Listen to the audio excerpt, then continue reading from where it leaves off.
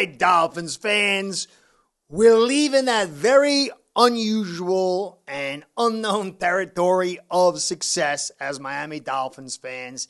And we're heading back into what we know and what we're comfortable with.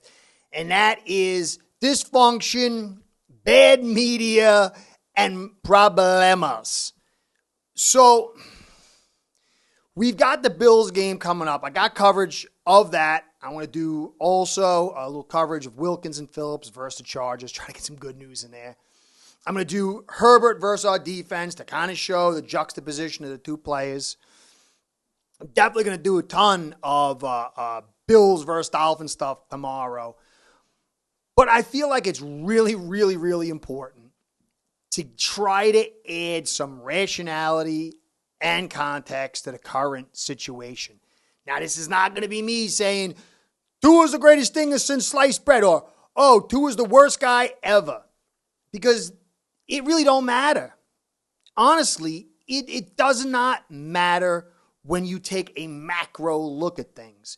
And I want to try to show some context and take a macro look at the situation, because right now we got no picks really next year. We have no money next year, unless we want to let a bunch of guys go to sign a quarterback.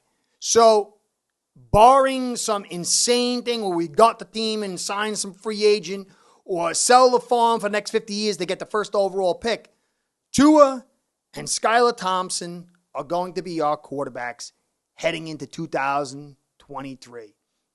Now, I haven't written off the season yet either. We got to see what happens in Buffalo. But honestly, I just feel like the team's going to play hard. They've not played hard. They've played hard for a long time. Not playing well doesn't mean you're not playing hard. It just means you're not playing well. This team has played hard for 4 years now. They've never quit. So I expect them to play hard going into Buffalo, but I expect them to really struggle for so many reasons. I'm not going to get into that either. But the macro view is the quarterback situation is going to be Tua and Skylar until at least 2024. So we have to honestly evaluate Tua, and then more importantly, the framework around him. And a lot of people don't like to hear that. They like to say, you like to make excuses for Tua.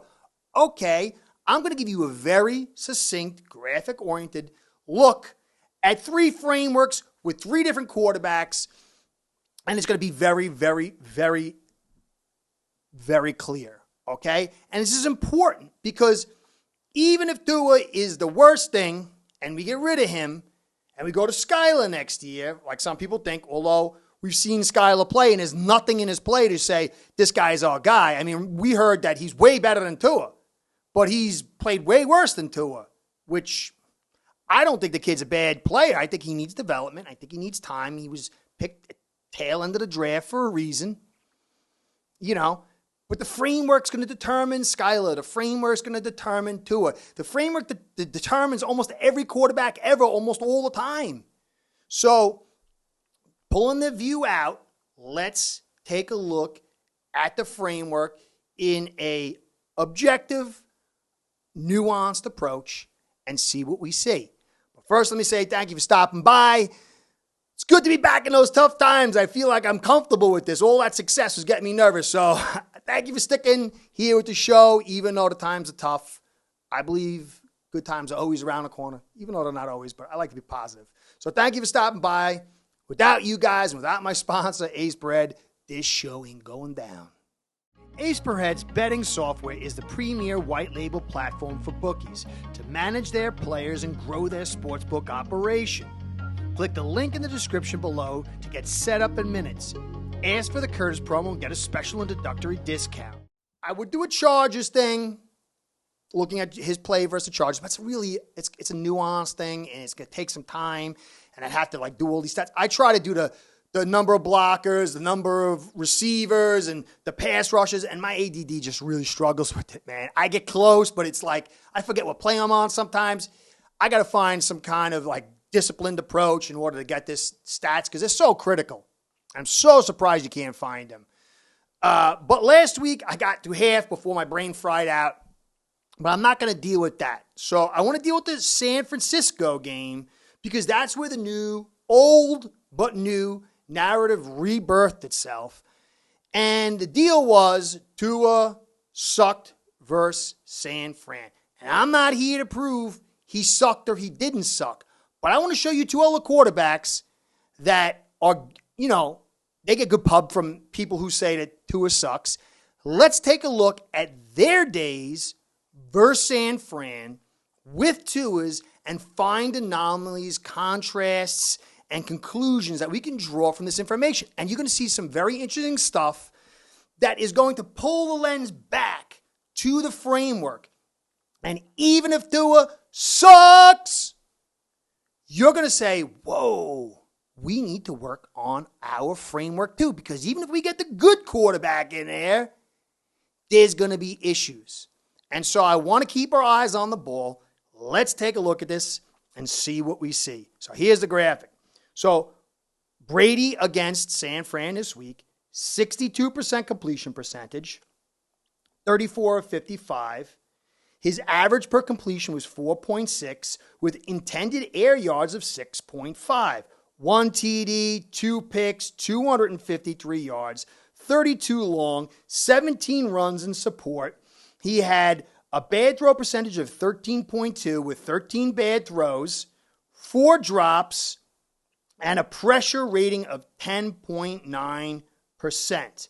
Now, Tua last week, 55% completion percentage, 18 to 33, average yards per completion 8.9, intended air yards 11.2, 2 touchdowns, 2 ints, 298 yards, 75 long, 8 runs in support.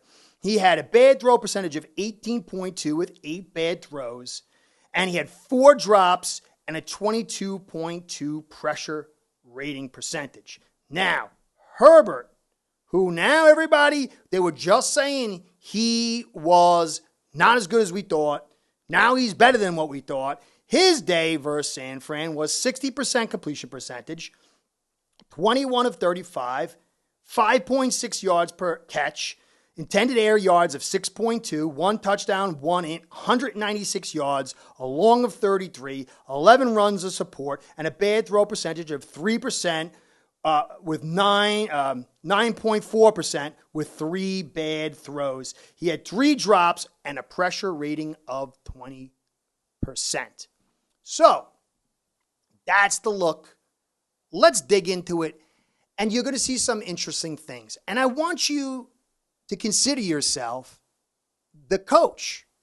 You've got this player, and you've got to get him to have his best day, because his best day will bring the best day of the offense.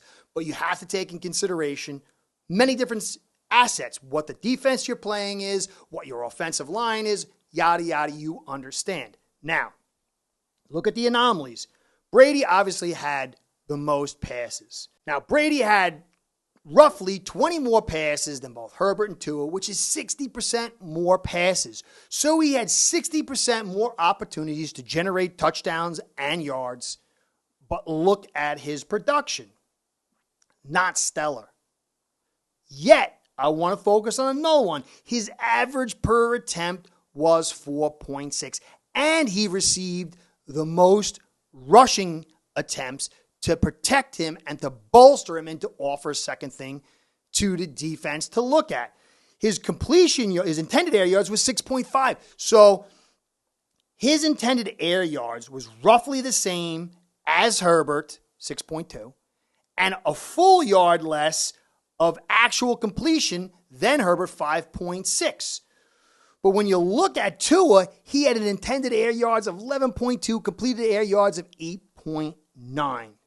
He had near 80% greater intended air yards and actual completed air yards than both Brady and Herbert. Now, he had 5% less completion percentage. But when you realize it's harder to complete passes, farther you go, you might want to add a little context to that. Now, further amplification. We said Tua had a terrible day. He was missing everyone everywhere. Well, Brady had 13.2% bad throw percentage. Tua had 5% more at 18%. But again, he had near double the distance of the intended air yards and completed air yards.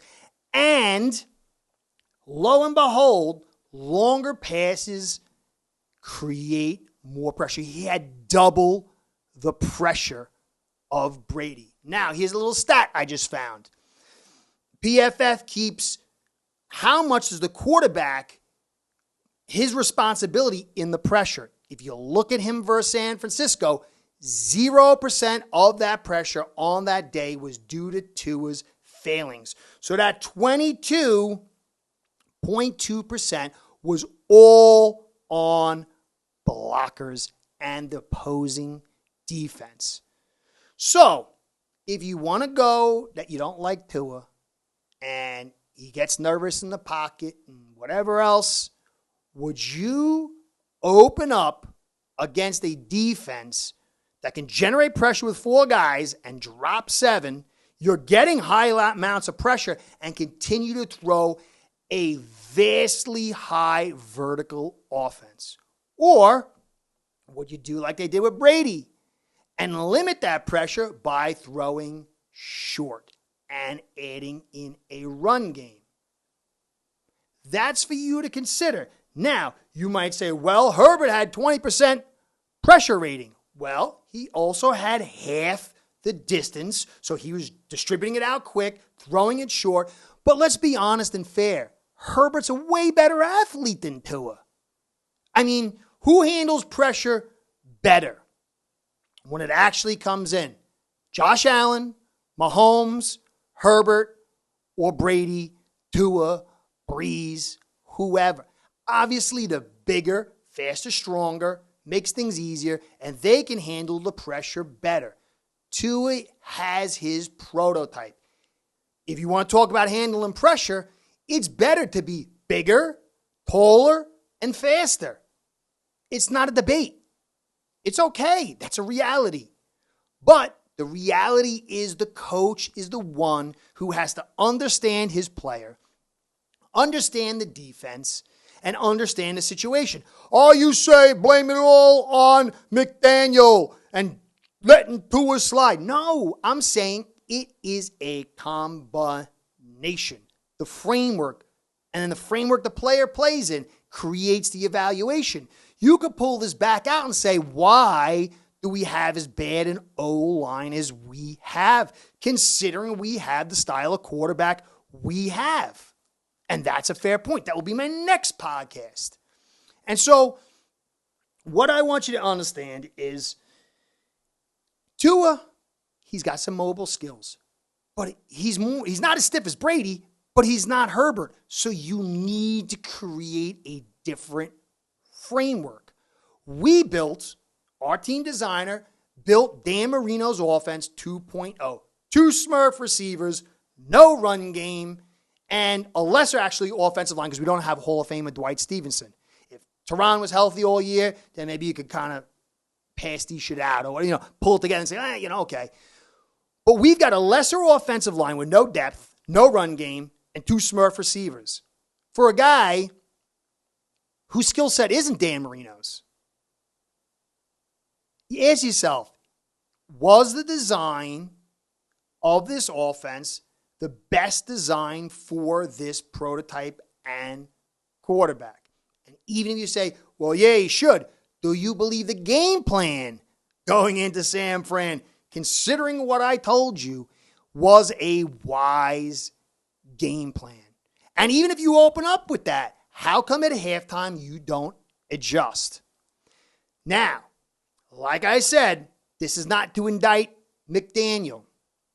We got ourselves a green quarterback. Ross and Greer wanted Peyton and Brady. They told us they wanted McDaniel and they wanted Tua. They lied. McDaniel was brought in as a green guy, and you have to give him his time to grow. Clearly, it was 1+1 versus the Chargers. You have to run the ball. You have to run inside zone. You have to create balance. He didn't. He dropped the ball. Okay, 2 weeks in a row. Give him the rest of the season, and let's see what happens. But we have to understand that. So we have to understand that a green coach is going to affect any quarterback when they make green mistakes, whatever you believe in Tua. And if you give a green coach a poor offensive line, that's going to affect them too. This is a soup. If you pull Tua out of the equation, put somebody else in there, some guys will make more, but no one's going to succeed. The success for us is not winning games. It's going to the Super Bowl, going to the conference championship.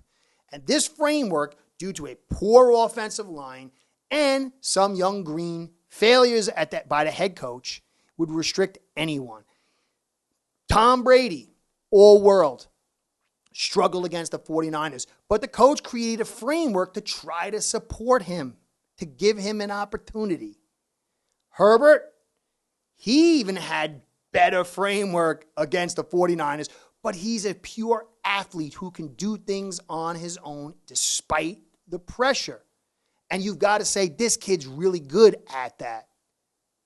But that's who he is. His coach understands who he is. Our coach and our GM needs to understand who their quarterbacks are. We try to make Ryan Tannehill Dan Marino 2.0. We have a history of not understanding our talent at quarterback and trying to take them and fit them into a mold that they're not, and they struggle. Then we make them the bad guy. We get rid of them and say the next guy is going to be the good guy. He's going to change everything, and we keep repeating the process. And the process is the framework is an issue. And we have to accept that. And as fans, we have to see what the real problem is, because the media will tell us it's this, and they don't care. They just want to get sells. But if we'll believe that, then our Dolphins team will not be screamed at for the real reasons, and they will do the same thing that they always do. Make a big move, tell everybody this is the year, and we're going to do it, and everybody buys into it, and the process repeats. I'm not saying that's the situation this year. Let's let it play out. But we're seeing the same issues. What is the continuity? What's the consistent through all these failures? That's for you to figure out. Hope you enjoyed. I do believe this team still can make the playoffs. I do believe, though, that there's issues. Some of them were pretty well known. Some of them were question marks. But I do believe we're going to have a real hard time this week. But I do believe we can win 2 of the last 3 and make the playoffs and still try to save this moment. But key issues need to be fixed. Anyway, I hope you enjoyed. Curtis saying, catch you next time. Be well. Oh, go Fins. You Bill fans, especially, go Fins. Start building your own online sports book today by getting signed up with aceperhead.com service that'll allow you to book action on sports from all around the world.